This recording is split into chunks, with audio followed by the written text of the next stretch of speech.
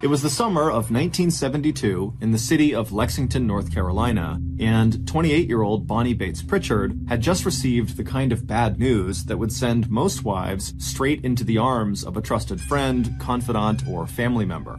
But Bonnie was not like most wives. So when her husband of 5 years suddenly walked out on Bonnie and the couple's 2 young children, Bonnie did what she had done ever since she was a little girl who had grown up on a farm in the town of Welcome, just one town over. Bonnie didn't talk about her feelings. She didn't threaten to make Steve Pritchard sorry for abandoning her and their 3.5-year-old son and 2-year-old daughter. And Bonnie also did not throw up her hands in despair over whether she'd be able to pay the mortgage on the new little ranch house the couple really shouldn't have bought in the first place.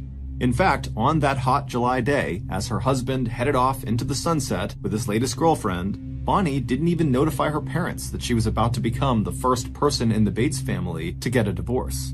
Instead, as Bonnie walked back inside the house alone, she hid her hurt as best as she could from her children, Chris and Angela.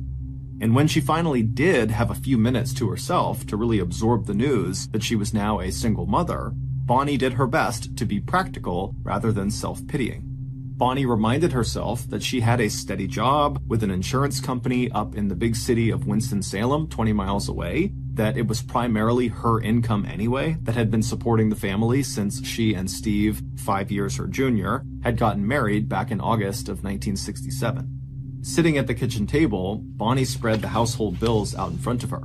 With the help of her mom and dad, who lived just 2 miles away, plus the church daycare where her children were already enrolled, Bonnie told herself she would just have to find a way to make their lives work, and to pay every single bill and debt that was stamped with the name Pritchard. It wasn't until Bonnie's father happened to stop by Bonnie's house several days after Steve had walked out on her that Bonnie's emotional armor showed its first and only crack. George Bates, a bricklayer who had helped build the Methodist church in Welcome that Bonnie and the rest of her 5 siblings had attended throughout their childhood and teen years, had knocked on her door and asked if there was anything she needed. And maybe because Bonnie and her father shared the same quiet reserve, after telling her dad that Steve had left her, Bonnie was finally able to break down, and instead of explaining or defending herself, she could just plain cry. Bonnie knew that people were already talking about Steve and his new girlfriend, and about silly Bonnie Bates, who was so desperate for love she had married not a grown man, but a teenager. And Bonnie knew there was a little bit of truth in that gossip. When she had first met 17-year-old Steve Pritchard, most of her friends were already married, while 23-year-old Bonnie had had very little experience with boys or with dating. But while Bonnie's family and her friends saw Steve as a smooth talker who was more interested in flashy cars than he was in working, Bonnie had been completely smitten with his big brown eyes and what she described as the handsomest nose in the whole junior class at West High School in Lexington. But if Bonnie worried that her father might respond to the news of her separation with an "I told you so," she was about to be pleasantly surprised. Because George saw something in his daughter that most men, and even Bonnie herself, just often didn't notice. Behind Bonnie's thick glasses and quiet manner, there was an adventurous and intelligent woman whose long hair now framed facial features that over the last few years had become strong and well-defined.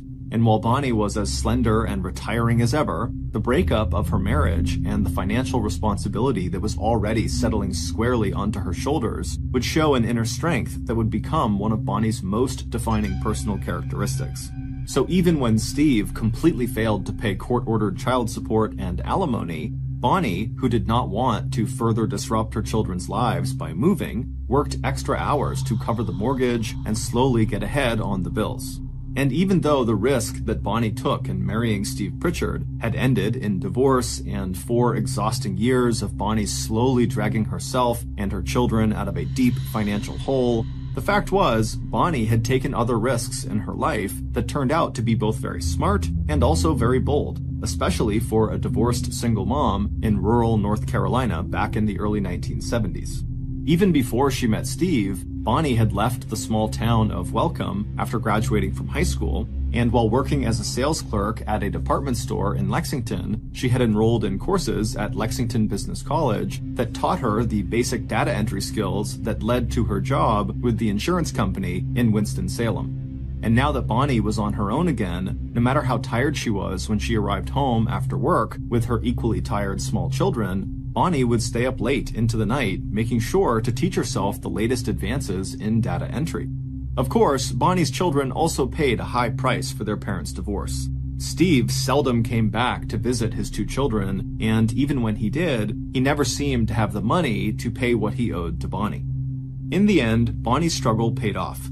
By the time she was 32 years old, Bonnie was not only a supervisor at Intigon Insurance, she was also the only person at that level of management who had achieved that distinction, even though she did not have a college degree. But Bonnie's hard work also paid off in another way, one that she could never have dreamed of for herself.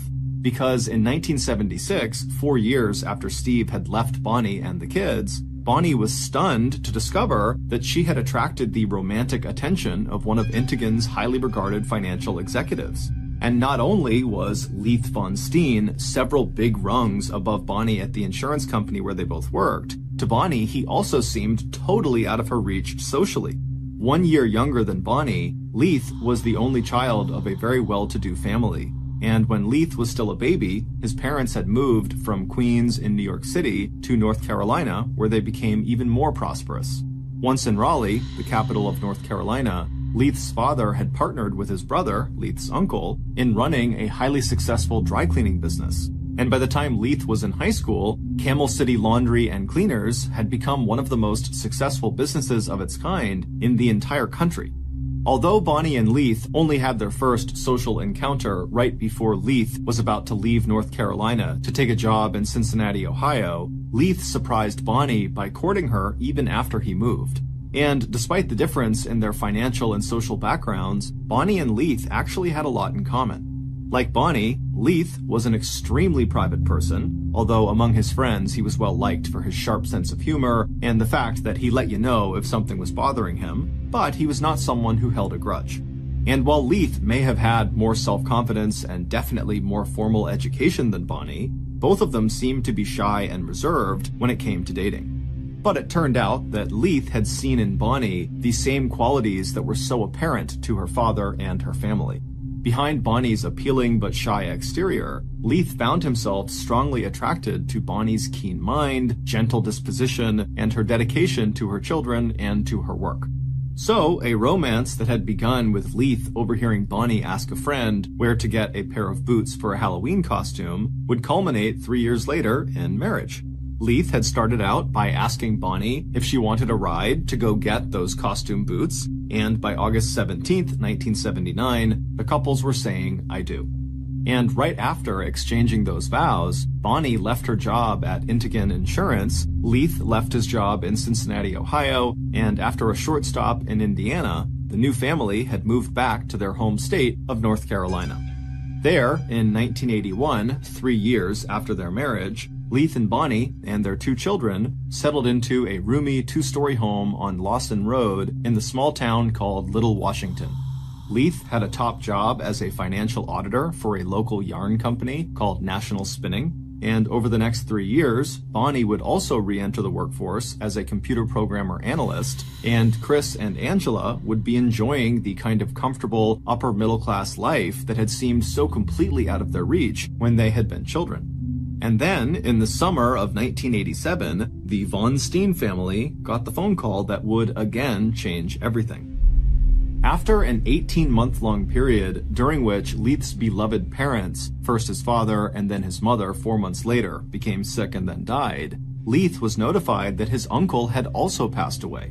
And suddenly, practically overnight, Leith, the beneficiary of all 3 of his relatives, had become a very rich man. Now that all the estates were finally settled between the inheritance from his parents and his uncle, Leith was now looking at a financial portfolio that was worth $2 million, a sum that today would be worth more than $3 million. By 1988, the Von Steens had also passed some other important milestones. Leith and Bonnie had made it through Chris's teenage years, a rite of passage that Leith had found much more challenging than Chris's childhood, when Leith spent weekends and evenings taking his stepson to sports activities and after-school events. But now, Chris was 19 years old and enrolled at the North Carolina University campus in Raleigh, almost 2 hours to the west. Chris's first semester grades had not been great, so he was staying on campus for the summer semester. Leith hoped Chris was taking to heart his parents' warning to focus on his schoolwork or run the risk of losing his $50 a week allowance. As for Leith's stepdaughter, who was at least as quiet as her mother, Angela was still at home, but she had her own circle of friends, and she had fallen in love with horses. So much so that even on weekends, the 17-year-old was willing to give up the chance to sleep in and instead get up early so she could head to the stables and do some riding. And so, on the warm and cloudy evening of Sunday, July 24th, 1988, feeling like their life had not only improved, but was actually settling down in a way that would give Bonnie and Leith more time alone together, Leith and Bonnie decided to treat themselves to a small celebratory dinner at Sweet Caroline's, a restaurant about 30 minutes away from their home that offered New Orleans-style cuisine. Sitting in the dark, intimate dining room splashed with color from handcrafted quilts hung from the ceiling, the two of them enjoyed a carafe of wine and the beef and chicken Sunday specials. Leith especially was feeling happy and hopeful. Even though Bonnie had often come along to keep him company, the 4-hour drive every weekend from Washington to Winston-Salem to take care of his mom and dad had taken a huge toll on Leith. He had gained weight, and he also knew he was drinking too much. Now he was looking forward to taking better care of himself. He was also looking forward to quitting his job at National Spinning and working with Bonnie on a computer program so they could manage their new investments together. Leith and Bonnie were also looking forward to doing a little traveling. Even though they had lived in Little Washington for more than 3 years, neither he or Bonnie thought of it as home, and both of them would enjoy seeing more of the world. Now, as Leith looked across the small table at his wife, he smiled at her composed and familiar face. When Leith had told his few close friends 5 years ago that he was planning to marry Bonnie Lou Bates, they had been surprised to hear he was even dating Bonnie, let alone that he was in love with her. But even though marrying into a ready-made family had its own challenges, Leith knew he had found the right partner. And it wasn't just that neither he or Bonnie felt the need to socialize or spend time with neighbors or coworkers. It was also the physical passion of their relationship that held them together. Just that afternoon, while Angela was out horseback riding, he and Bonnie had spent what his wife shyly referred to as a few private moments together in their bedroom. And now that life appeared to be presenting the two of them with all kinds of new opportunities, he and Bonnie both looked forward to enjoying more of those private moments. Of course, Leith had no intention of wasting their newfound wealth. He and Bonnie had already met with an estate lawyer and set up a trust for Bonnie as well as trusts for Angela and Chris that would set any inheritance aside until each child was 35 years old and had already established their own lives and careers. Not that Leith had any plans of dying anytime soon, not with so much to look forward to, and not with Bonnie standing so strongly and quietly at his side. By the time Bonnie and Leith had returned home to 110 Lawson Road, it was close to 9 p.m.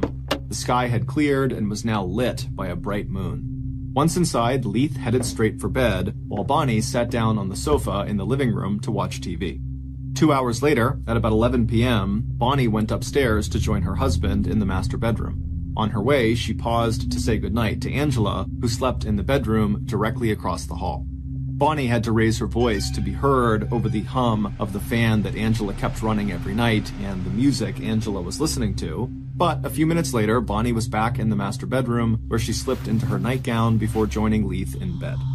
An hour later, Bonnie had finished reading one of the romance novels she enjoyed, turned out the light next to her side of the bed, taken off her glasses, and fallen asleep. Even though the night was warm, Bonnie enjoyed feeling Leith's body pressed against her own. 4.5 hours later, at 4:27 a.m. on the morning of July 25th, the Beaufort County Sheriff's Department received a 911 call from 110 Lawson Road in Little Washington. The caller was speaking so softly that the emergency dispatcher, Michelle Sparrow, could hardly understand what the woman on the other end of the line was saying and actually wondered if this was a prank call.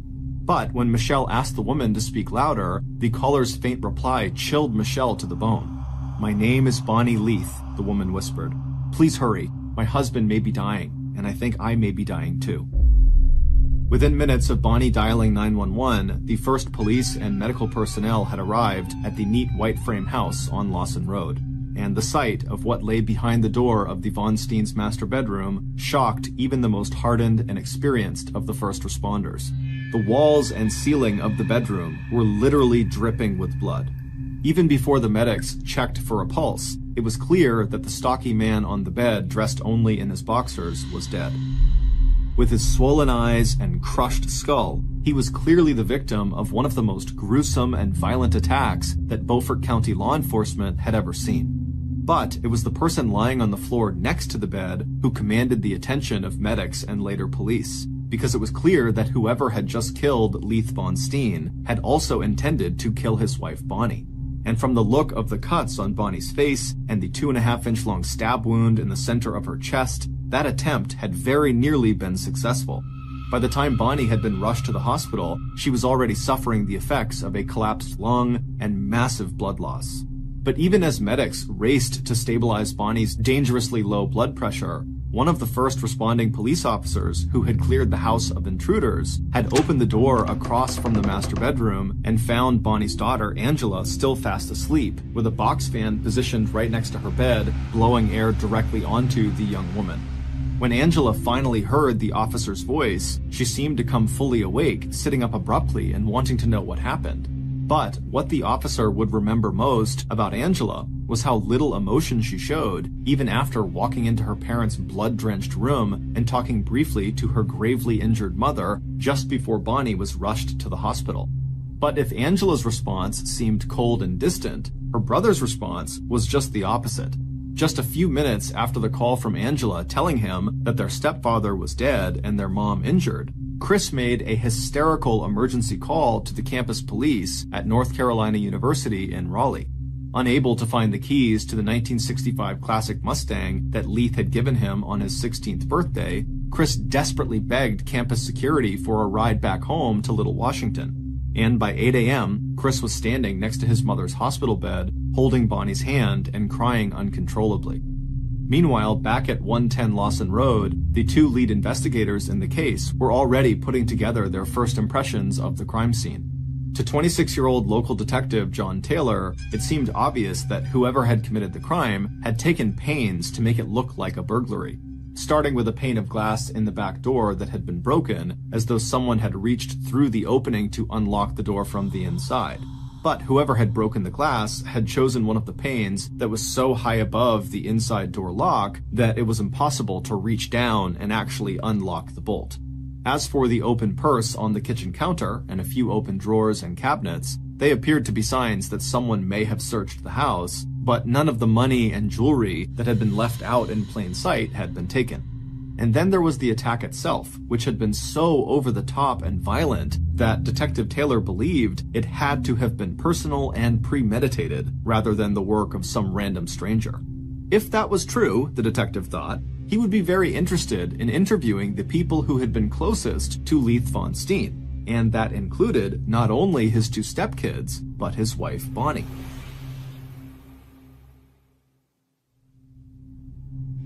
Detective Taylor's observations about the crime scene being staged to look like a burglary were confirmed when he was joined at about 9 a.m. that same morning by an agent from the North Carolina State Bureau of Investigation. Together, State Agent Lewis Young and Detective Taylor began overseeing the collection and photographing of possible evidence. They also ordered local law enforcement to process the crime scene and dust for fingerprints, as well as interview neighbors and search for a possible murder weapon.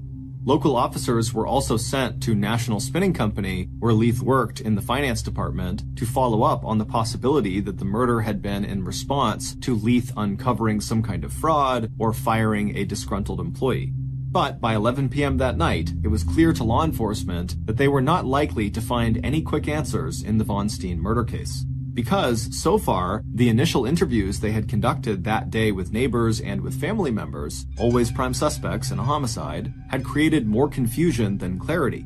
It turned out that aside from coworkers, very few people in the neighborhood and in the town of Little Washington really knew the Von Steens. Instead, the couple had been viewed as standoffish, and the community's first glimpse into the Von Steens' private lives had only increased the public perception that the family was odd or somehow peculiar. There was the discovery by police that morning that the Von Steen residence was home to 13 cats and 1 pet rooster, all part of a menagerie that Bonnie had collected as a result of her work with the Beaufort County Humane Society, the one organization in which she had been very active. And then there was the reaction, or rather the lack of reaction, on the part of the Von Steen children to the attack on their parents. After Chris's outpouring of grief that morning at his mother's side in the hospital, he seemed more agitated and edgy than heartbroken. As for Angela, neighbors whispered that not only did she seem totally emotionless, she didn't even seem curious about what had just happened in the bedroom right across from her own. But one thing the neighbors did agree on was that the Leith family may have recently come into a lot of money, but that didn't mean they didn't have problems. According to neighbors, Leith in particular was very upset over Chris's failing grades at North Carolina State University. There were other rumors too. Maybe Bonnie had killed her husband in order to inherit his newfound wealth, and then she had turned the knife on herself to deflect police suspicion. Or maybe it was Angela, who rarely visited her mother in the hospital. Or maybe it was Chris, whose life at university was clouded with reports of drinking and drug abuse. Or maybe it was all three of them, Bonnie and her two kids who now had all the money in the world. But the Von Steens themselves totally rejected these reports as completely inaccurate. And as police soon found out, as far as motive and alibi went, immediate family members were all in the clear. Not only could multiple witnesses confirm that Chris was 2 hours away in Raleigh when his parents were attacked, he told investigators that any friction between him and his stepdad had been totally minor. And when police turned their attention to Angela, her story lined up with what her brother had told them. She and her brother didn't always see eye to eye with their parents, but that didn't mean the kids wanted to kill their mom and dad. As for the night of Leith's murder, Angela had nothing to add to what police already knew. Between the whirring of the fan right next to her bed and the fact that she was a heavy sleeper, she had heard nothing and had slept through the entire attack. As for Bonnie, police went to speak with her just hours after the attack on Monday afternoon in the hospital. She would survive her injuries, but the 3 messy gashes on her forehead would eventually require several rounds of plastic surgery. And her doctors dismissed the idea that her injuries, which were serious enough that she would not be allowed to leave the hospital for another 7 days, could have been self-inflicted. But despite Bonnie's best efforts to tell police what happened on the night Leith was killed, all she could offer were a series of disjointed memories. She'd been awakened by screams from her husband, who had seemed to be leaning over and trying to protect her from something or someone, and the only image Bonnie had of their attacker was that she thought it was a man with bulky shoulders who had been swinging a club of some kind. As for the exact time of the attack, it must have happened after midnight when Bonnie had fallen asleep. But she also believed that she had lost consciousness at some point after the attack, and it was only when she came to later that she made the 911 call to Beaufort County Dispatch at 4:27 a.m. As for problems within the Von Steen family, Bonnie just shook her head. Leith had really been the only father her kids had ever known, and he had been a very good dad. Yes, Bonnie told police, of course there had been arguments, but even the very worst of those between Leith and Chris had never resulted in any physical violence. And even though Bonnie was pleasant and cooperative with investigators throughout the interview, it was also clear that she was frustrated that police seemed to be focusing their suspicions on her and her children. Because to Bonnie, that just didn't make any sense. Someone had obviously intended to kill her, as well as Leith, and now that the murderer had failed, what if they came back and tried again? And even worse, what if this person also tried to hurt her kids? So even as Bonnie told police that she understood that they had to rule out family members from their suspect list, what she really wanted to know was what other leads police were pursuing in their hunt for her husband's killer. And it wasn't until the evening of the next day, Tuesday, July 26th, almost 48 hours after Leith had likely been killed, that local police had an answer to Bonnie's question. It would turn out that just minutes after Bonnie's 911 call in the early morning hours of Monday, July 25th, Washington police had also received another call reporting suspicious and possible criminal activity in that same area. While driving his pickup truck along Grimesland Bridge Road, just a mile west of the Beaufort County line, a tobacco and hog farmer named Noel Lee had been surprised to see a fire burning out in the middle of nowhere, maybe 8 feet off the side of the deserted stretch of road he was traveling. As a former volunteer fireman, what caught Noel's attention was the fact that the flames, which burned so brightly and shot straight up into the air, had to have been fueled with some kind of accelerant. After making sure that the fire had no chance of spreading in the wet, swampy surroundings, Noel put in a call to the Little Washington Police Department. Maybe it was nothing, the farmer reported, but he knew it had to have been arson, meaning someone had set this fire on purpose. In the uproar over Leith's murder, Noel's report did not make it onto Detective Taylor's desk until almost 2 days later. But by 11:30 p.m. on Tuesday night, the investigator and several officers were out on Grimesland Bridge Road examining the site of the fire. And that's when investigators got their first important break in the Von Steen murder case. Poking through the charred remains of the fire, Detective Young found a partially melted hunting knife with a 6-inch long blade. The fire may have destroyed any fingerprints or traces of blood, but the medical examiner would later confirm what police already knew. They had just found their murder weapon. And that wasn't all. In addition to several pieces of burned clothing and a sneaker, police also discovered a singed but still readable hand-drawn map of Smallwood, the exact neighborhood where the Von Steen family lived. And right there on a road clearly labeled Lawson was an X next to the house numbered 110. Police now had several new and critical pieces of information. Assuming the fire had been deliberately set by Leith's murderer in an effort to dispose of any evidence related to the crime, the map police found confirmed that attack on the Von Steens was definitely not a random burglary.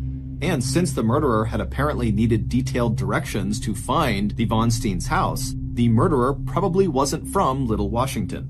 But even using the clues they had uncovered in that fire, it would still take police another 11 months to track down the person who had murdered Leith Von Steen. And during that time, the physical and mental health of the Von Steen family deteriorated.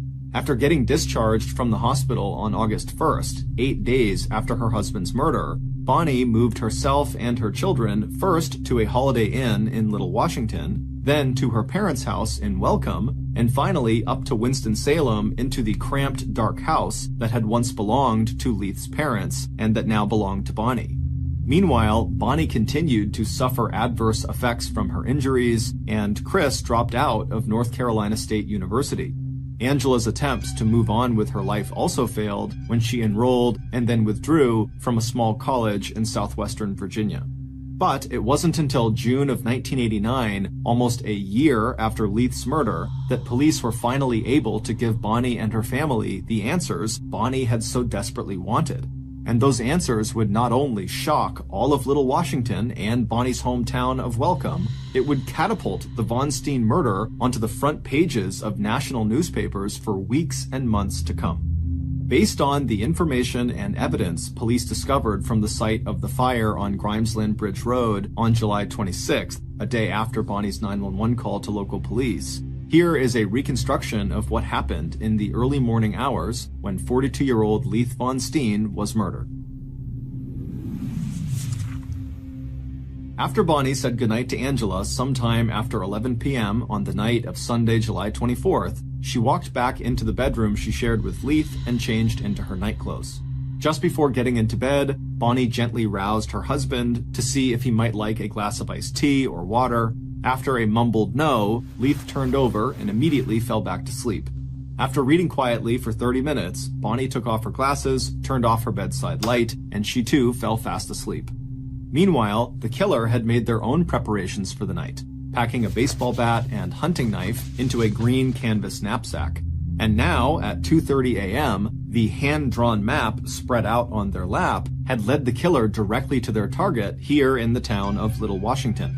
They had actually arrived a little earlier than expected, so for the next half hour, the killer just sat in their car and absently fiddled with the key to the back door of 110 Lawson Road, and they made a mental review of the inside of the house. The killer didn't think getting in or out of this house would be a big problem. And sure enough, about 30 minutes later, dressed in dark clothes and carrying the green knapsack, the killer made no sound as they slipped inside the back door and, just as quietly, made their way up the stairs to the first bedroom on the right. If need be, they would kill the girl named Angela too. It all depended on the next few minutes and whether or not she slept through what was about to happen. Stepping across the threshold into the master bedroom, the killer paused, allowing their eyes to further adjust to the dim moonlight shining in through the partially curtained windows. Then the killer took a deep, steadying breath and gripped his weapons. First the bat, then the knife, he told himself. And then, feeling ready, he stepped forward and got to work. By the time Bonnie woke up to the sound of her husband's short, piercing screams, Leith was sitting up in bed. In the minutes that followed, the assailant would hit Leith at least 5 times in the head with the baseball bat, causing deep skull fractures and multiple cuts and gashes. The assailant would also strike Bonnie in the head and sides, including a blow aimed at Leith that would break Leith's wrist and fracture Bonnie's thumb. Along with cataloging defensive scrapes and bruises, the medical examiner who would later conduct the autopsy on Leith's body reported a total of 7 stab wounds in Leith's upper back and shoulder, and 1 stab wound to the left side of his chest that had completely punctured his heart. Throughout the attack, Bonnie was aware only of a single dark figure at the foot of the bed, striking her and her husband again and again. And with each blow and each downward plunge of the hunting knife, another spray of blood spattered across the walls, the bed, the floor, and the ceiling. At least twice during the attack, Bonnie lost consciousness, and the last image she had of the attacker was when she woke up on the floor next to the bed and the assailant was standing at her feet. Then the figure disappeared and Bonnie heard a whooshing noise and the soft click of a bedroom door closing before she once again drifted into unconsciousness. What the murderer did not know was that Bonnie was not dead. The knife strike into the very center of Bonnie's chest had glanced off bone and cut not onto the heart, but into the chest wall, causing her lung to collapse and her chest cavity to fill with blood, but leaving her heart intact. When Bonnie woke again just before 4:30 a.m., she reached up thinking she needed to get back on top of the bed. That's when she felt Leith's hand. His fingers were sticky with blood and were hanging limp off the side of the bed. It was at that point that Bonnie, who was now sure that her daughter Angela must also be in danger, dragged herself to the phone and called 911. Meanwhile, the killer had already left the house. Just before exiting through the back door, they had rifled through the handbag that had been left out on the kitchen counter, and then they knocked out a pane in the back door window so it would look like the door had been forced open and the house had been robbed. But even then, as he failed to grab the green knapsack he dropped on the back porch, the killer's thoughts were already far away. All summer long, the killer had gotten more and more deeply involved in the game. But until now, all the points the killer had ever earned in the game had been based on carrying out imaginary adventures, just role-playing different scenarios they'd created in their mind. But tonight, this adventure had been real. This time, the killer had entered a real castle, killed a real sleeping overlord, spared his sleeping daughter. This time, the killer hadn't used a game board and dice and a deck of cards to play Dungeons and Dragons. This time, the killer had brought their favorite, all-consuming game to life. This time, the killer had drawn real blood. More blood, in fact, than he'd ever imagined a human body could contain. As the killer slipped into the waiting car, he imagined Chris Pritchard's face when he told Chris all the details, because the killer had just done exactly what Chris Pritchard had wanted him to do, to kill Chris's stepfather and mother. James Upchurch III, known to good friends like Chris as Moog, turned to look at the young man next to him in the driver's seat. Gripping the steering wheel, the driver, 21-year-old Neil Henderson, shot a questioning look back at Moog. Neil had recently dropped out of North Carolina State University in Raleigh, but Moog and Chris had invited him to join them in their conspiracy to kill Chris's parents, promising Neil a payment of anywhere between $2,000 and $20,000. In a moment, Neil had his answer. Pulling off his black ski mask, his face alive with excitement, Moog punched the air with a balled fist. "I did it," he told Neil. "I can't believe I did it."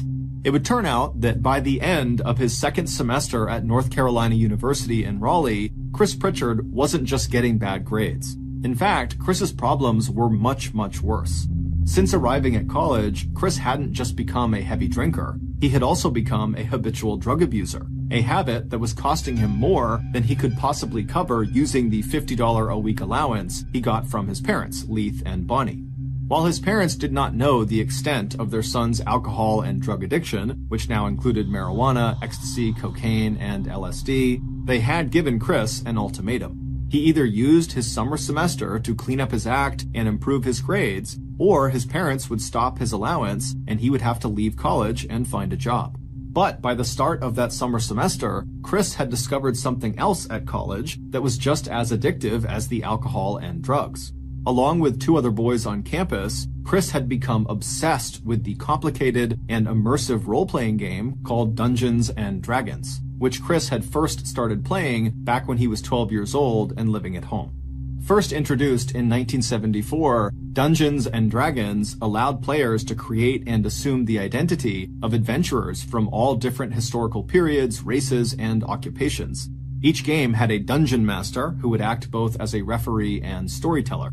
And by completing various adventures and challenges, each player could earn so-called experience points that would allow them to move to higher and higher levels within the game. The theme that James Upchurch III, Neil Henderson, and Chris Pritchard chose for creating their adventures was medieval swords and sorcery, a theme that had its roots in the life and times of people who lived in Europe during the Middle Ages.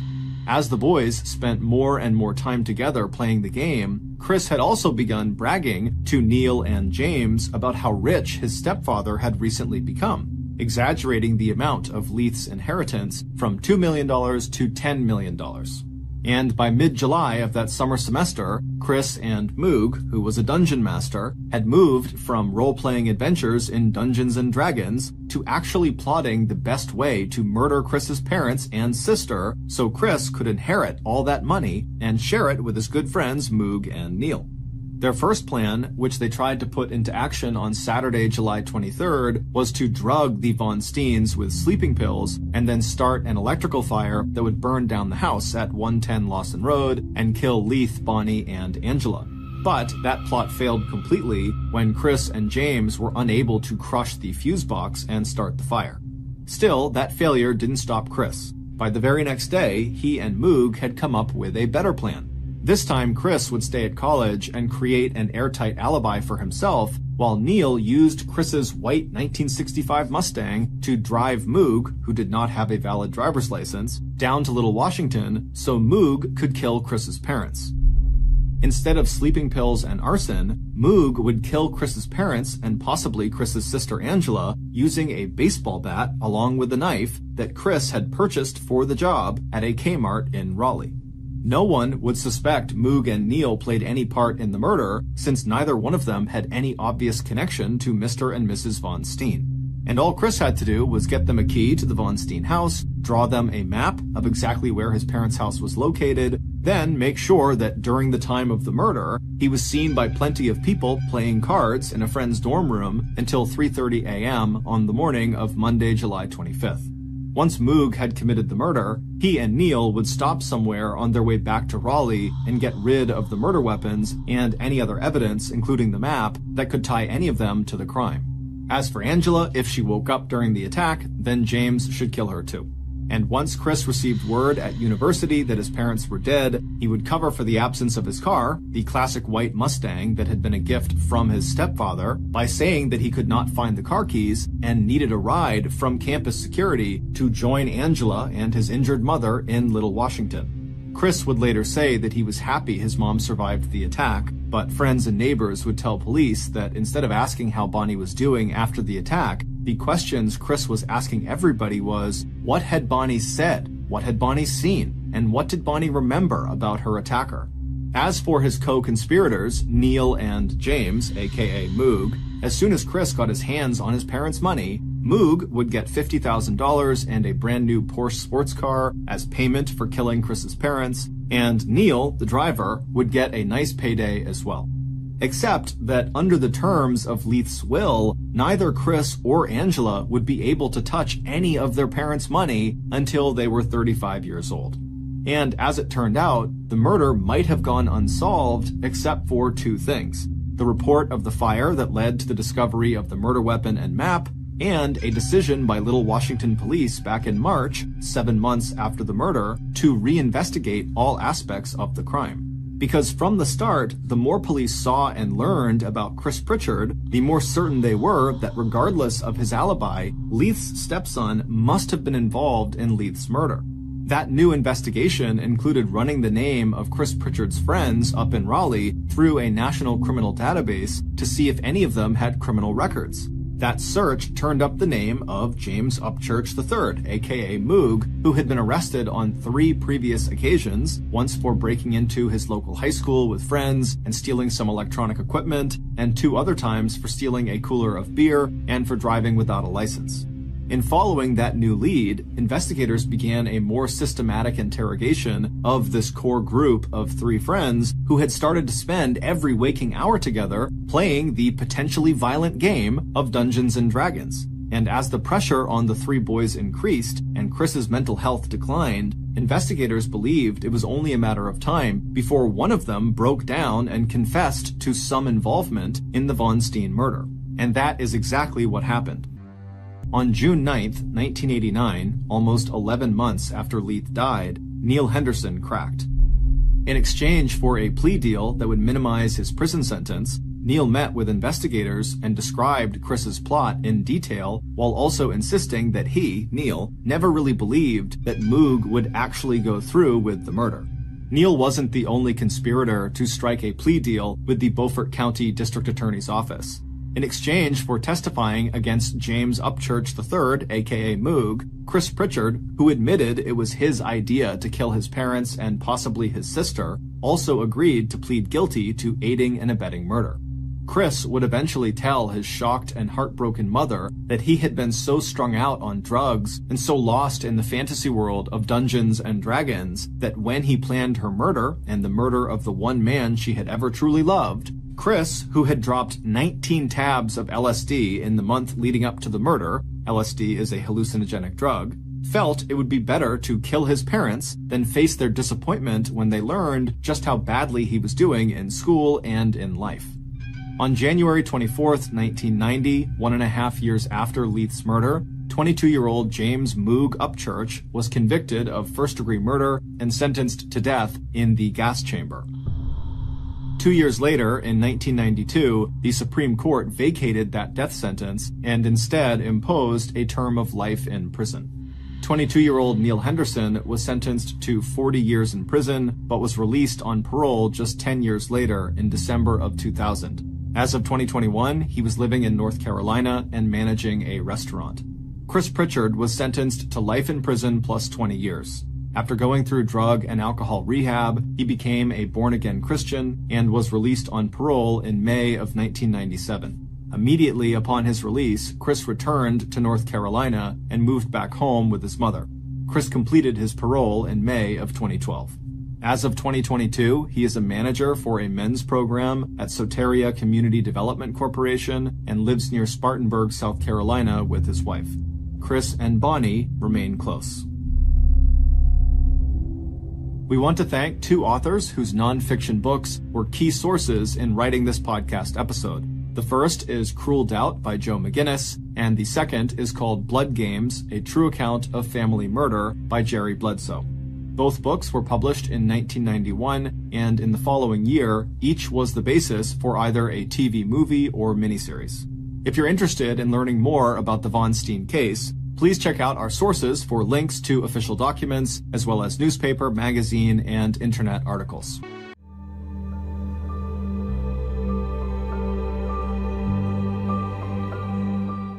On the evening of June 20th, 1978, rock and roll music blasted from inside a little white house on Acton Avenue in the suburb of Wood River, Illinois. Inside the house, 22-year-old Carla Lou Brown set 4 pizzas down on a pile of milk crates that for that night served as her dining room table. The petite blonde woman was exhausted from hauling boxes and furniture all day, but she wanted to thank the friends who had helped move her and her fiancé into their new home, so she was hosting a house party. Carla's best friend, Debbie, raised her beer into the air and said that hopefully this house would soon be filled with the pitter-patter of little feet running around. Carla, who was looking forward to getting pregnant, beamed and looked over at her fiancé, Mark Hart. Mark was laughing, but he had his hands up in front of his face as if to say, slow down here.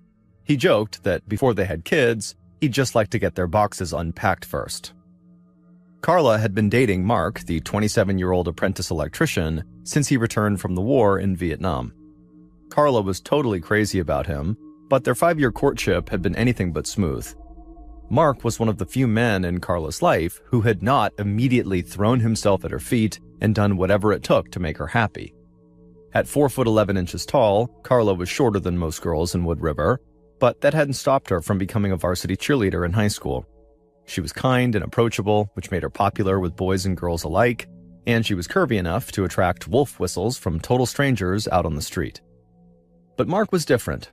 She had to chase him, because Mark was one of those guys who started sweating at the thought of commitment. He had broken things off with Carla more than once before when the pressure to settle down just got to him. But he always came back. And now, finally, the couple was not only engaged to be married, but they also had just bought a house together. Carla sipped her beer and thought to herself how much she wished her father could see how far she had come. Ever since he died in an accident when she was just 11 years old, Carla had been looking for a real home. She and her mom had fought so much that Carla moved out as a teenager. She lived with her best friend Debbie and other friends, bouncing from place to place, until now. It was barely 1,000 square feet of living space, but to Carla, this new home for her and Mark was a dream house. A loud knock on the front door suddenly brought Carla's focus back to the party. Carla got up and walked over to the door, and she opened it up. And standing outside was a shaggy-looking guy in his early 20s named Lee Barnes. Carla had seen Lee while she and Mark were moving in earlier that day. Lee had been drinking alcohol and smoking marijuana with 2 other guys at the house next door. One of them had made a lewd remark about Carla's breasts, but then Lee called out to her by name and said they went to high school together, though she only vaguely remembered him. Carla mustered a good-natured hello, but quickly just went back to unpacking. And now that guy, Lee, was standing on her porch, asking to join the party along with his 2 buds, Paul Maines and John Prant. Lee told Carla that they had marijuana they would share if they would share that pizza with him and his friends. He said, "Come on, it'll be fun." But Carla had no desire to invite this trio into her home. This was a special night for Carla, and she only wanted to share it with people closest to her. So she told Lee that she was tired and they were about to wrap things up anyways, and so maybe they could hang out another time. Lee looked mildly annoyed at the rejection, but he took the hint and left, with his pals trailing right behind him. Carla shut the front door and then put another Blondie album on the record player. Soon all the girls were dancing and Carla was swaying right along with the beat, and as she did, she looked over at Mark. And Mark gazed back at her as if she was the only woman in the world. The next day, Carla took the day off from her job in customer service at an airplane parts company. She had way too much to do getting settled into her new home, including cleaning up the trash from the party the night before. But so far, on this kind of unexpected day off, she'd spent most of the morning on the phone. At 9, she called her best friend Debbie, who was home with her baby, and then after she hung up with Debbie, Mark's mother called her, and she really liked to talk. Carla glanced at the clock. It was already 11 a.m., and Mark's mom showed no sign of slowing down. Carla was starting to feel guilty that she was getting so little done with this day off. While Mark was hard at work, Carla was supposed to be organizing their house.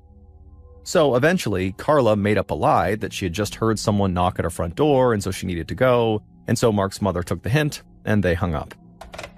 And so now that Carla was finally free, she just headed downstairs to the finished basement where the couple had left their unpacked boxes, and Carla got back to work.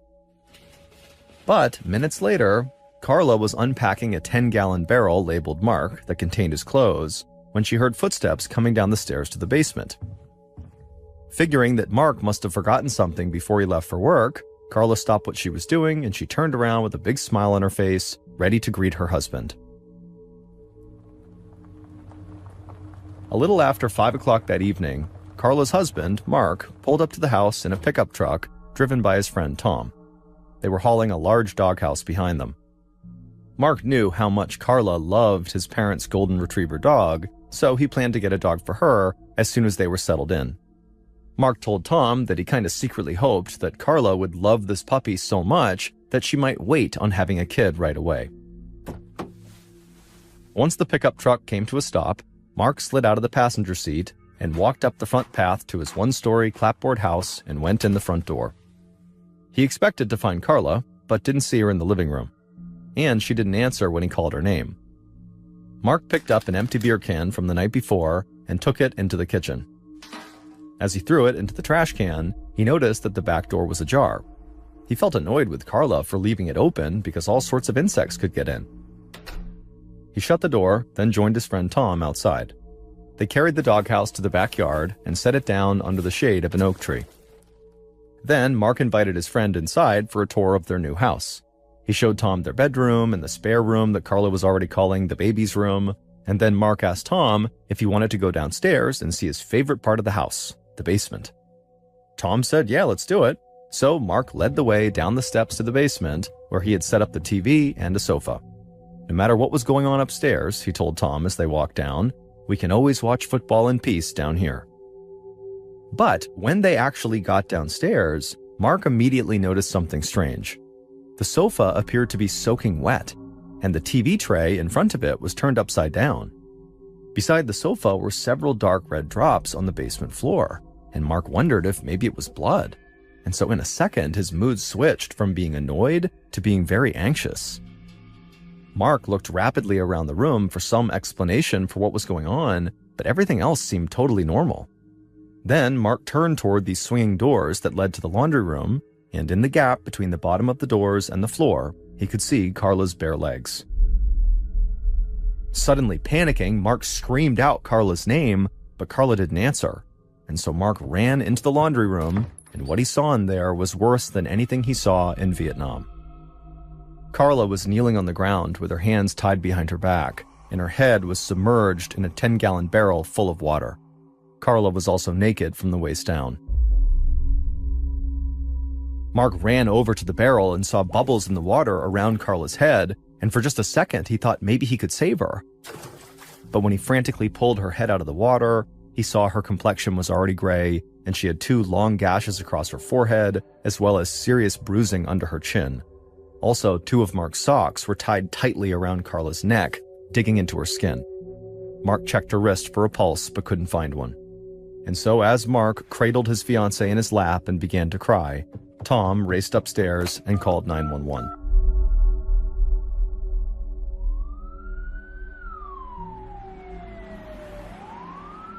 The first police officer arrived at the house just before 6 p.m. His name was Don Greer, and he was a 27-year-old from the Wood River Police. And he actually knew Mark. They were old friends who used to go out on double dates together. When Greer heard the 911 report of a deceased woman at Mark Hart's new address, his heart sank. He hoped it was a mistake. When Greer arrived at the house, he would find Mark sitting at the kitchen table, staring ahead with glassy eyes. Mark looked up and seemed to recognize his old friend, but all he could say was, "She's down in the basement." Greer went directly down the stairs to where Mark and Tom had laid a red blanket over Carla, who was now face down on the floor. When Greer looked beneath the blanket, he was shocked by the brutality of the murder. It looked like Carla had been beaten as well as strangled and probably raped too. But he had been told that her head was underwater when she was found, so maybe she had drowned. But it certainly wasn't easy to determine just from looking at her what killed Carla. There were just too many possibilities. Wood River was just across the Mississippi River from the city of St. Louis, so big city crime did show up in this town periodically. But murders were rare, and usually they were just the result of a bar fight or some other physical altercation. Greer had never seen a homicide in Wood River that was this violent and perverse. In fact, no one in the Wood River police force had. And for Greer, this was not just any murder victim. It was his friend's fiancée. Greer could scarcely concentrate on sizing up the crime scene. He felt like he should run upstairs to comfort his friend after such a horrible loss. But Greer couldn't think of anything to say that wouldn't come off phony. So Greer settled for going upstairs and laying his hand on Mark's shoulder before asking Mark and Tom to please tell him exactly what happened. Mark began talking about how excited he was to show Carla this new doghouse, but as he spoke, Greer could only think about the nightmare in the basement. The Wood River police were going to need help to solve this murder.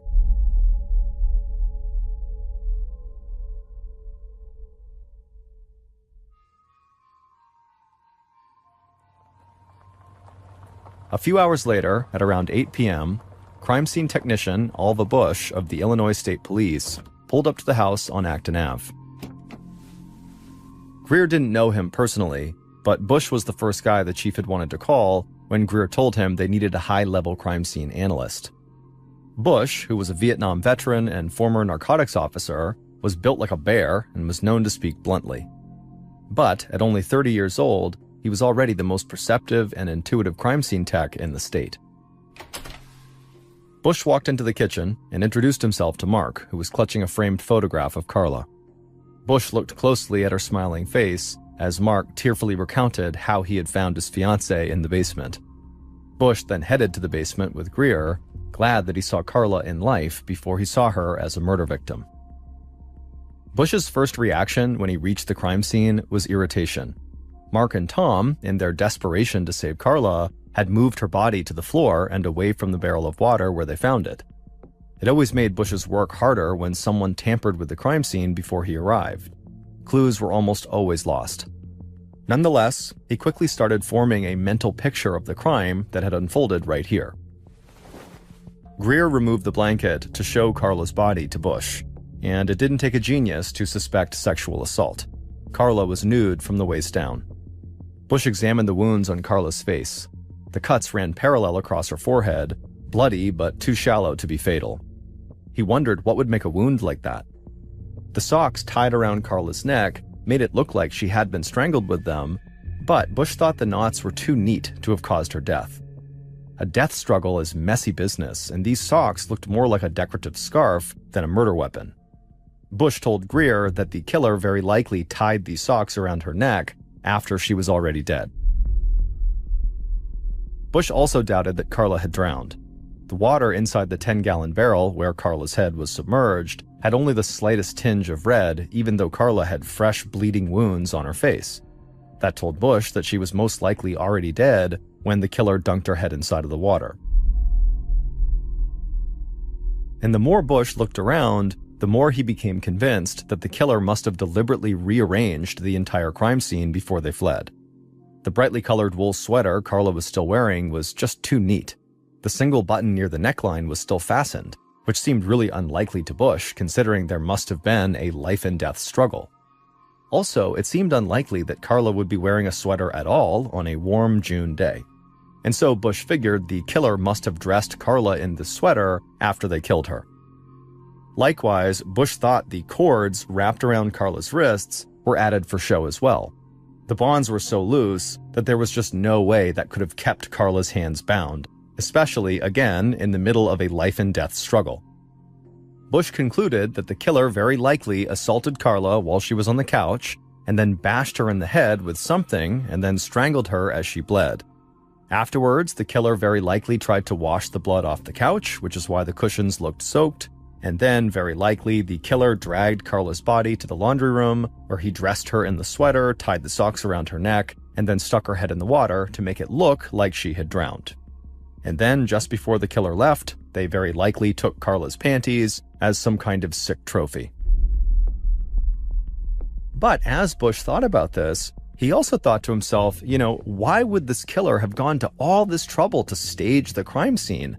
I mean, that would require the killer to stick around the murder scene for a long period of time, making it more and more likely they would get caught. Bush could see that the killer clearly thought it was important to try to confuse the investigators, but Bush also wondered if maybe the murderer was also just trying to send some kind of chilling message. The murder scene reminded Bush of the work of the notorious serial killer Ted Bundy, who raped and murdered dozens of young women. But Bundy had been arrested a few months earlier, so it couldn't have been him. However, Bush wondered if maybe they had a new serial killer on their hands that might have been inspired by Ted Bundy. Police quickly determined that the last person to speak with Carla had been Mark's mother, and she would say they were on the phone right up until about 11 that morning. So, using that as a frame of reference, police began going door to door asking neighbors about what they might have heard or seen that day between 11 a.m., when we know Carla was still alive, and 5 p.m., when Mark came home and found Carla dead. Greer knocked on the door of the house next to Carla and Mark's, where those three guys had been smoking pot and drinking beer and calling out lewd remarks to Carla before going over to Carla's house and trying to go to her party. And so the door opened, but there was a screen that separated Greer from a skinny 22-year-old Paul Main who was standing inside. Greer asked Paul if he could come inside and speak with him, and Paul immediately looked super nervous and taken aback, and Greer had an idea why.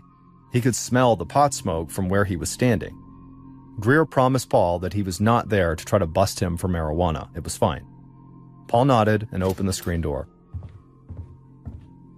Greer stepped inside the house. The walls were totally bare, other than a few rock posters, and the furniture looked really old and ragged. Greer sat down across from Paul at a card table and then asked him what he'd been up to until 5 p.m. that day. Paul said he was home for most of it. He said he was alone until noon, when his friend John Prant came over to hang out until about 3, when Paul had to go run some errands. But Paul said he didn't see or hear anything out of the ordinary. He said Carla and Mark had only moved in the day before, so he scarcely knew them. Paul said that his friend Lee knew Carla from high school, and they had gone over to greet the newcomers the night before, but Carla and her boyfriend did not seem very interested in socializing with them, so they had left. And so that was the last time Paul said he saw Carla. As for Paul's friends, Lee and John, they were no more help when Greer tracked them down. Lee wasn't even in the neighborhood on the day of the murder, and John told Greer that he was in the neighborhood. He was at Paul's place twice that day, first early in the morning when he was out delivering job applications, and then from noon to about 3, he was back at Paul's place when he was just hanging out. And just like Paul, John said he did not see anything out of the ordinary. And that's how it went with all the potential witnesses. Greer went door after door, but no one had heard or seen anything unusual on Acton Ave that day. Somehow the killer had violently assaulted and killed Carla Brown without anybody noticing. Autopsy results the next day confirmed just how violent Carla's final moments had been. She had a broken jaw and deep bruises all over her neck, in addition to the cuts on her forehead. She also had bits of skin underneath her fingernails, likely from scratching her assailant's face and back. But unfortunately, in the 1970s, DNA analysis was not an option. What the coroner did not find was significant water in Carla's lungs, which he would have expected with a drowning. Bush had been right. She did not drown at all. The coroner ruled that she had died from strangulation, likely by a cable or the killer's bare hands, before she was placed in that barrel of water. Now, the investigators were sure the killer had staged the crime scene.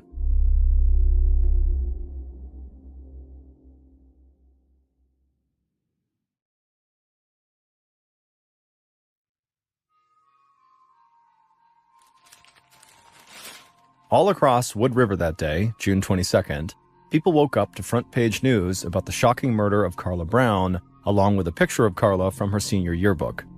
The article described the crime as being potentially a sexual murder, possibly tied to a recent string of incidents in the community. Over the past 15 months, a man had attacked 14 women in their homes, and he was still at large. But Bush told the Wood River police that he didn't buy that theory.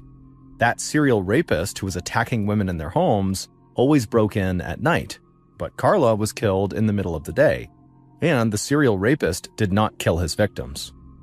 But there were enough obvious similarities between those attacks and the attack on Carla that Bush knew he couldn't totally rule out the serial rapist theory. In fact, Bush and the Wood River police were having a hard time ruling out anyone as a suspect, from strangers to her fiancé. They believed that the murder was a sex crime, but they had very few clues as to who did it. Greer knew that the first suspect in all these kinds of cases is the domestic partner, but Greer felt like his old friend Mark was a very unlikely murderer. Not only was he clearly distraught at his fiancé's death, but Mark's boss confirmed to Greer that he had been working at a job site all day. And so Greer told the chief that they should focus on other possibilities. Greer spent a big part of June 22nd talking to all 10 guests who had gone to Carla and Mark's house party, but most of them couldn't imagine who would want to hurt someone as nice as Carla. One guy told Greer that Carla was really good at saying the right thing when people felt down. This guy was very self-conscious about the fact that he was quite short, but Carla, who was several inches shorter than him, once told him that he was tall to her. Greer was starting to think that he was not going to get any useful information from these 10 people, but when he sat down with the last person, Carla's best friend Debbie, she would identify 2 potential suspects that in theory could have wanted to do harm to Carla. The first suspect was an ex-boyfriend in Connecticut that Carla dated over a year ago during one of her breakups with Mark. The guy took it really hard when Carla broke it off to return to Mark, and he kept getting in touch with Carla for months. Debbie couldn't remember his name, though. Debbie also fingered Carla's stepfather, a heavy drinker with a temper. She said that when she and Carla were seniors in high school, Carla's stepfather tried to force himself on Carla. Afterwards, Carla excused his behavior, saying he was drunk, but drunk or not, Debbie called it attempted rape. Carla's mother eventually had the marriage annulled. Both of these suspects that Debbie brought up were intriguing possibilities, but Greer quickly got information that scratched both of them from his list of suspects. The ex-boyfriend was in New Jersey on business on the day of the murder, while Carla's stepfather said that he and Carla had remained close, and he had recently even given her money for dental work, and he also easily passed a lie detector test to prove he never assaulted Carla and had nothing to do with Carla's death. By the day of Carla's funeral, which was Saturday, June 24th, investigators were getting frustrated at their lack of progress. 3 days after the crime, and they still had no strong suspect. At 1 p.m., Woodland Hill Cemetery filled up with residents from Wood River who gathered to say goodbye to Carla. So many of them had brought flowers that the local shop had to stop taking orders. 6 pallbearers carried Carla's casket from the hearse to the gravesite. Mark had chosen all former boyfriends of Carla's who had remained friends with her. Greer watched the crowd, looking for anything unusual, but all he saw was a community in pain. He felt so much pressure to bring justice to these people and to bring it fast. But the investigation seemed to just be going backwards. In fact, the lab had just called to say that every fingerprint they had found in the basement was either Carla's or Mark's, so the killer didn't even leave behind any prints. Greer watched as Carla's casket was lowered into the ground, and he thought to himself, this can't be the end of the story. 5 days after the murder, the Illinois State Police sent a detective named Randy Rushing to take a fresh look at the evidence. The muscular former state trooper with the handlebar mustache had taught criminal law at the police academy before joining the Department of Criminal Investigations. Now, he was supposed to give the case a top-to-bottom review to see if there was something the local police had missed. And Rushing was interested in the potheads next door to Carla and Mark, noting that Paul and John had given slightly different accounts of where they'd been the day of the murder. John had said he had visited Paul around 8:30 a.m., while Paul didn't remember seeing John until noon. Detective Rushing wondered if they were hiding something. But once again, the theory went nowhere. John passed a polygraph test easily, and Paul, he did fail part of the test, but the test administrator thought that it might have to do with him being nervous, or maybe he was high, or both. In fact, Paul was slurring his words during the test. And so Rushing and the test administrator both agreed that the polygraph tests gave them very little to work with. But they planned to keep their eye on Paul Maines because technically he did fail the polygraph. For a brief moment in late July, so about a month after the killing, investigators got excited when Wood River police arrested a 21-year-old man named Tony Garza for breaking into a woman's house and trying to rape her. Garza actually confessed to the 14 break-ins and sexual assaults that had occurred in town over the previous 15 months. But Garza was adamant that he had nothing to do with Carla Brown's death, and he too passed a polygraph test. Detective Rushing still had his suspicions about Garza. A violent assault could easily turn into a murder after all, but he had no evidence connecting the alleged rapist to Carla Brown. No fingerprints, no witnesses. So investigators kept Garza on their list of suspects, even though they knew it didn't mean much. They had no more evidence against Garza than they did for several other potential suspects, including that next-door neighbor, Paul Maines, who failed a portion of his polygraph. Rushing, Greer, and the rest of the investigators knew they needed a break in the case or no one would be held accountable for Carla's murder. And by the fall of 1978, with no main suspect in sight, state police finally pulled Rushing off the case. Greer kept the case open, but as months and even years passed by with no new leads, he worried that Carla Brown's murder might never be solved.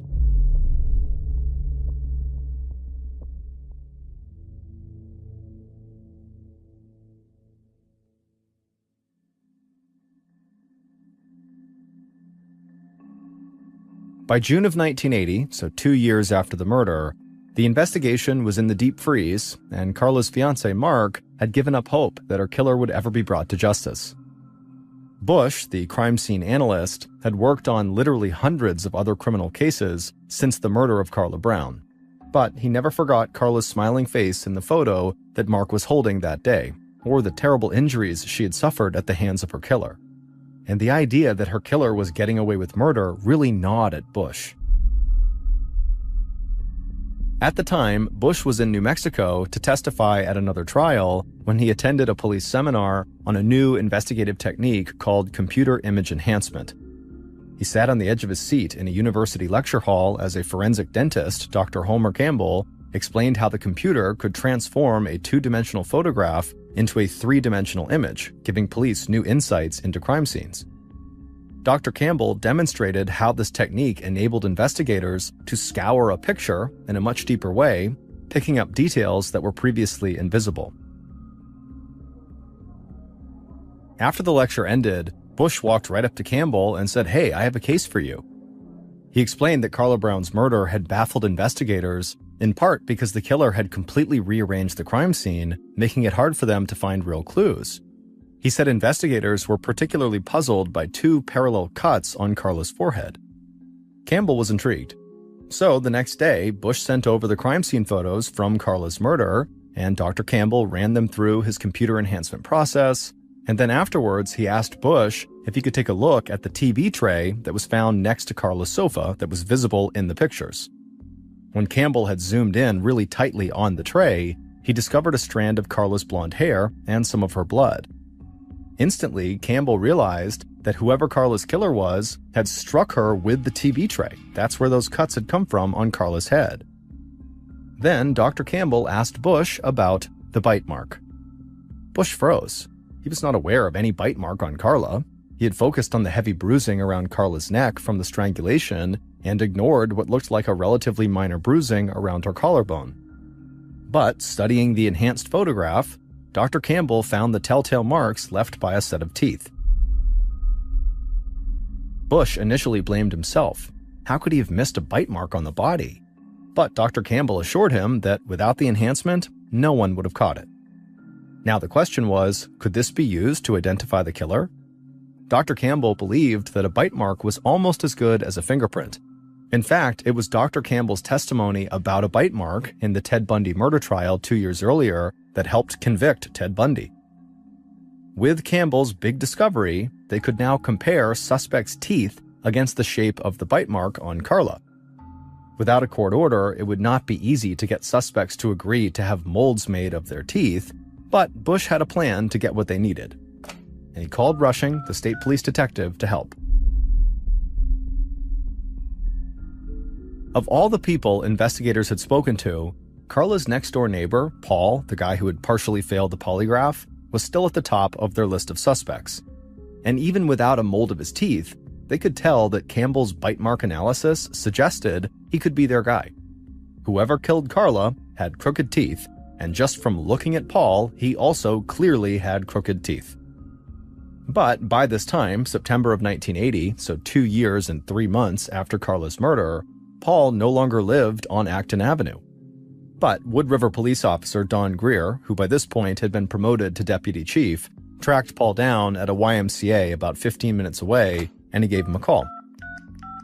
Greer lied and told Paul that he was calling from an insurance company that had a check for him, money he was owed from an accident a few years back.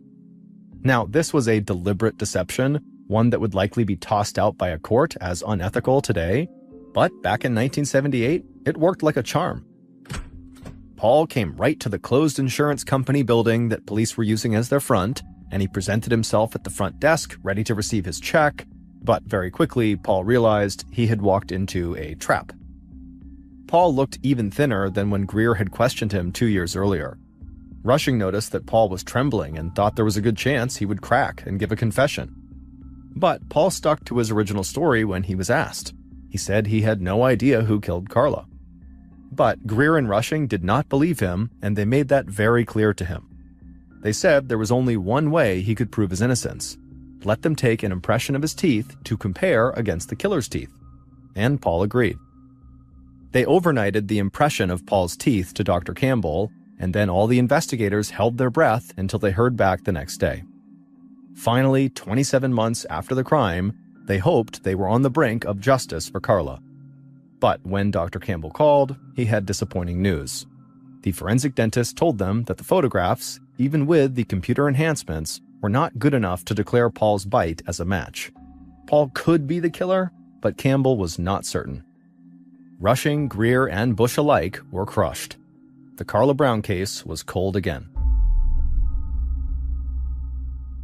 And it would stay that way for 2 more years, until one chilly day in March of 1982, when Detective Rushing met an FBI agent who would go on to help break the case wide open with absolutely stunning psychological insights into the mind of their killer.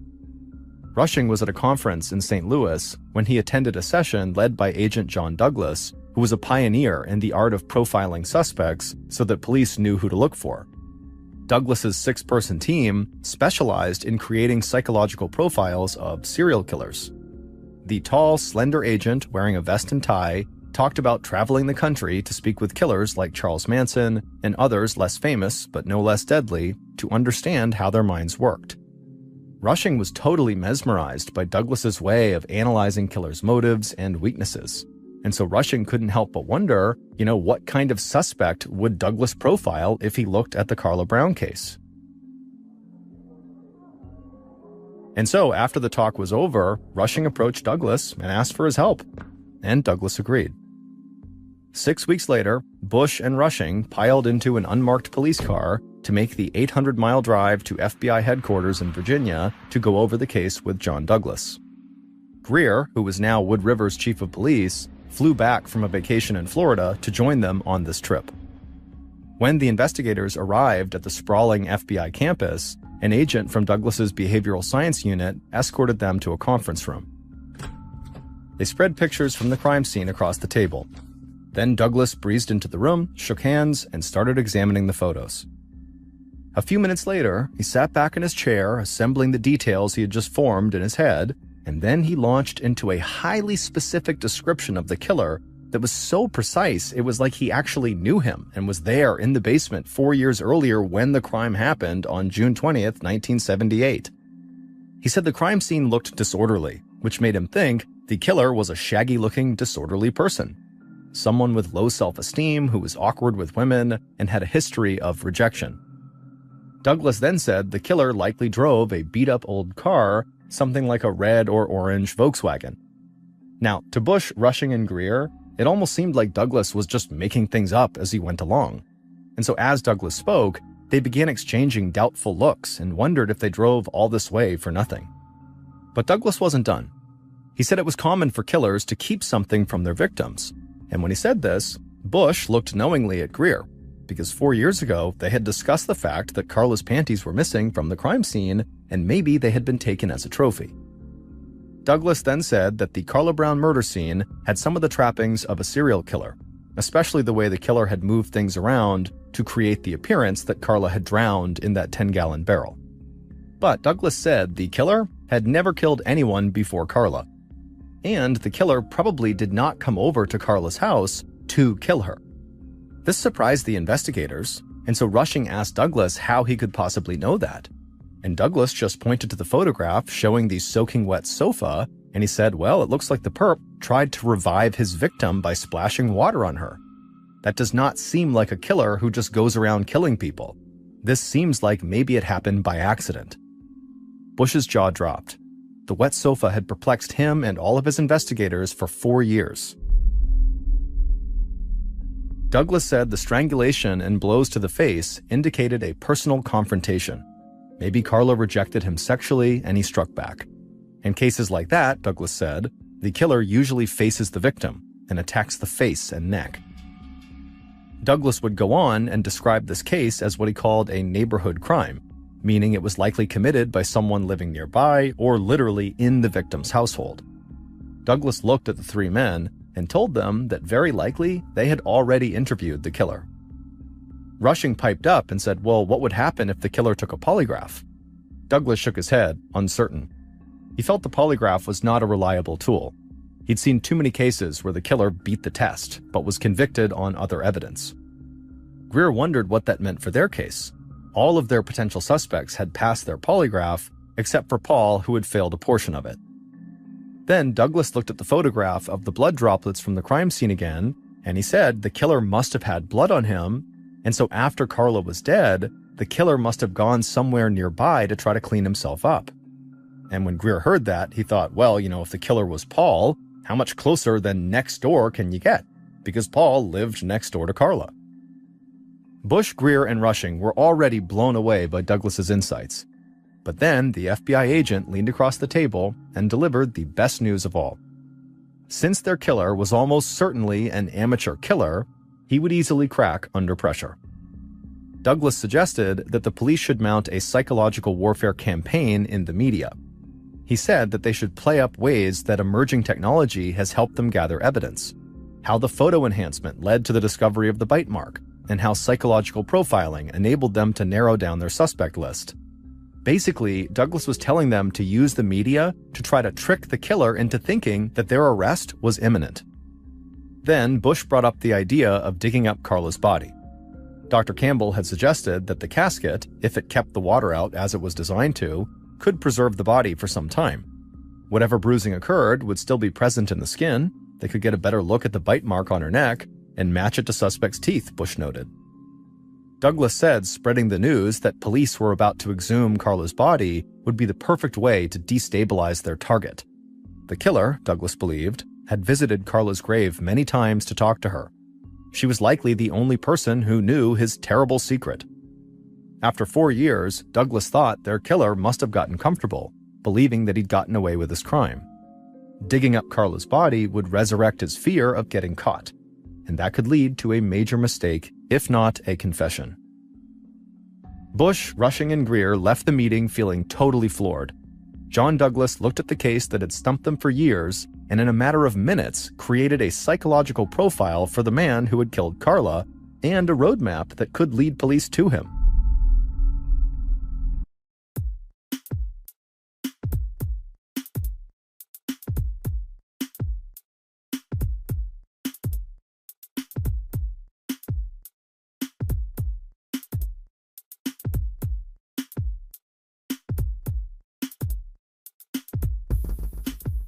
As they drove back to Illinois, they went over their list of suspects and knew there were still several men who fit Douglas's description of the killer, including the serial rapist and Paul, the next-door neighbor.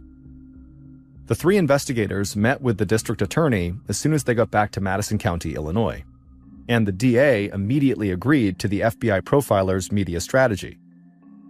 Over the next 2 weeks, the district attorney held a series of press conferences doling out information about the re-energized Carla Brown investigation. He played up the fact that the guy who had helped nab serial killer Ted Bundy was advising investigators. And soon, stories about the Carla Brown investigation became a regular feature in the regional newspaper for days and days. Amid the media frenzy, police received a call from a friend of Carla's next-door neighbor. 2 days after the murder, this friend hosted a party that Paul attended. He said that Paul mentioned that police had been around his place asking questions and that he might have to leave town if the heat turned up on him. The friend explained that he had kept his mouth shut about what he overheard Paul saying for almost 4 years, but he was now finally moved to call the police after he had heard the district attorney talk about the bite mark on Carla's collarbone. The friend said that back when the murder first happened, Paul had actually talked about how the killer had bit Carla. Now, this friend was starting to think that Paul might know more about the crime than he was admitting to.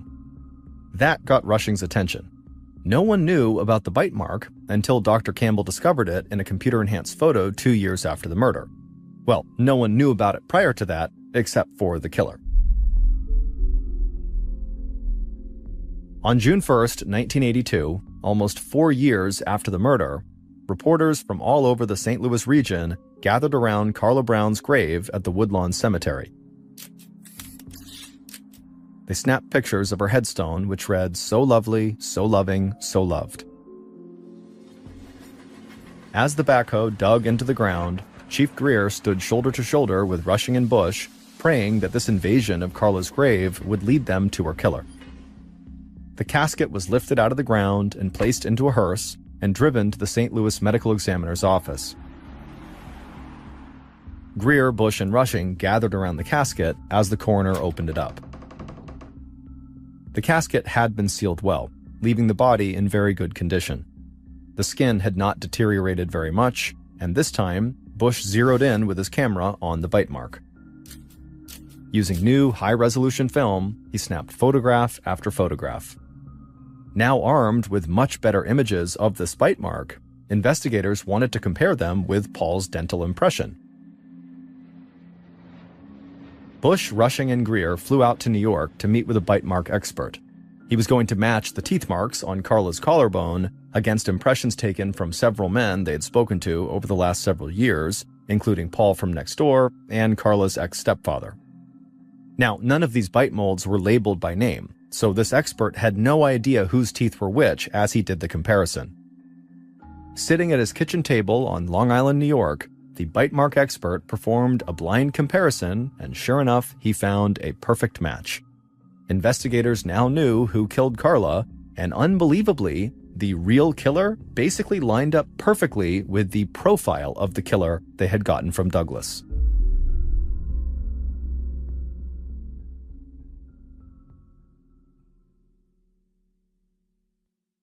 Based on all the forensic evidence and other evidence collected at the crime scene, here is what investigators believe happened to Carla on January 21st, 1978.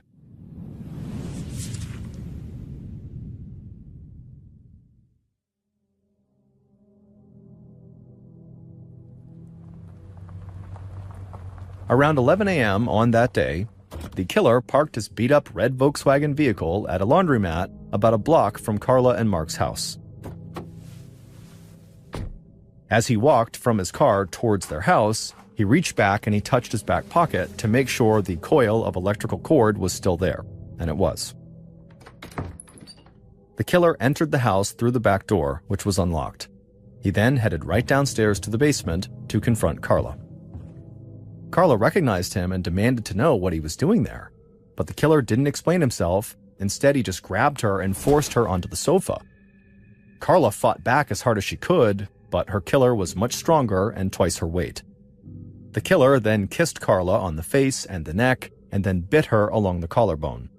Then he pulled off Carla's shorts, pinned her to the couch, and unzipped his jeans. It was at this point that Carla apparently screamed an insult at him, and that's when the killer snapped. Years of rejection just overtook him, triggered by Carla's taunting. He grabbed the TV tray near him and swung it as hard as he could into Carla's face, breaking her jaw. Then the killer lifted that tray back into the air and brought it down again on Carla's face, leaving that parallel gash in Carla's forehead. As Carla reeled from these blows, the killer pulled out that electrical cord from his back pocket and tied it tight around Carla's neck. And the killer pulled as tight as he could on that cord, constricting Carla's windpipe until her face turned beet red. The pressure closed off her carotid artery, depriving her brain of oxygen, and so in seconds, Carla lost consciousness. A few seconds later, the killer released the wire and sat up, and as he caught his breath, he looked around wildly, wondering what was going on, as if he'd just woken up from a nightmare. And then he looked at Carla, and he saw her lying lifeless on the sofa. Suddenly realizing what he'd just done, he panicked. He pulled the wire completely off Carla's neck, he slapped her face a few times to try to revive her, but when that didn't work, he drew some water from the sink and poured it on Carla's face, and when that failed, the killer decided to just rearrange the entire crime scene, hoping to throw off the police. Inspired by recent accounts of Ted Bundy, the killer staged Carla's body to make it look like the work of a serial killer. Then the killer wiped down all the surfaces he touched, ran up the stairs, and slipped out the back door. Then he snuck over to the house right next door and washed Carla's blood off himself before anyone realized he was there. At 10:30 p.m. on Tuesday, June 8, 1982, just days before the 4th anniversary of Carla's murder, Greer and Rushing arrested the killer at his parents' home. All these years, they had been so focused on Carla's neighbor, Paul, because he seemed suspicious and he had failed his polygraph. when the whole time, the real murderer had been Paul's best friend, John Prant, one of the two men who had been with Paul when they had tried to join Carla's party on the day she moved in. The real killer, John, had been insulted by Carla's refusal to let them inside, and so he'd come back to teach her a lesson, although he claims he had not meant to kill her. In July of 1983, John was convicted of first-degree murder and sentenced to 75 years in prison. Despite repeated attempts to discredit the bite mark evidence on appeal, he remained behind bars for 37.5 years until 2019, when he was freed on parole. Since then, John has engaged the help of the Exoneration Project to try to discredit the bite mark evidence and clear his name. To this day, John maintains his innocence.